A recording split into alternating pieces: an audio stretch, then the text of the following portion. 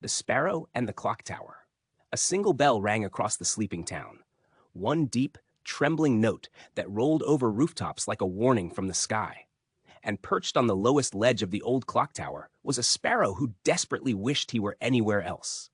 He clung to the stone with trembling claws, feathers puffed out, heart thudding so hard he could feel it echoing through his wings. The world below him spun. Chimneys, narrow streets, winding alleys, all tilting like the ground itself couldn't decide which way was down.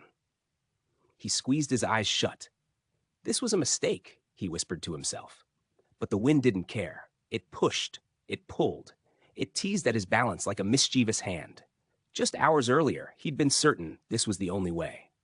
For weeks, he'd watched birds soaring above the clock tower, swallows, crows, even a daring blue jay, each one returning with stories of distant hills, glittering lakes, and winds that smelled of pine and winter snow, stories the sparrow had only ever dreamed of.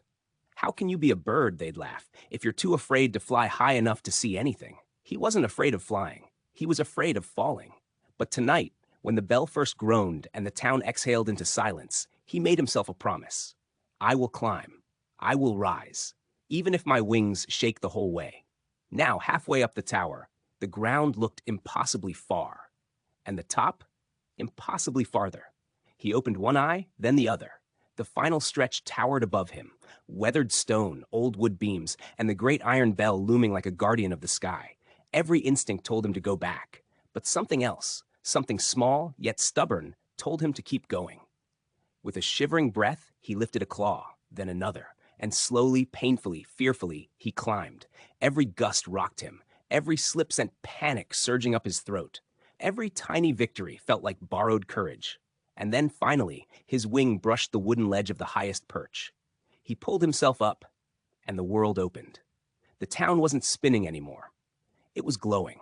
Lanterns shimmered like scattered stars. Chimneys breathed slow curls of smoke. The river wound through the fields like a silver thread stitching the town to the horizon. The sparrow's breath caught, not from fear, but from wonder. He stepped closer to the edge, heartbeat steadying.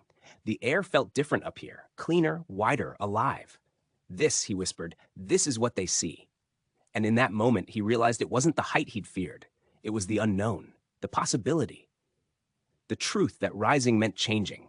A soft breeze lifted his feathers. This time, he didn't cling. He opened his wings.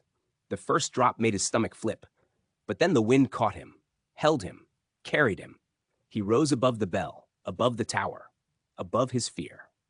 And the town watched as one small sparrow, who once trembled at the ledge, soared higher than he had ever dared to dream.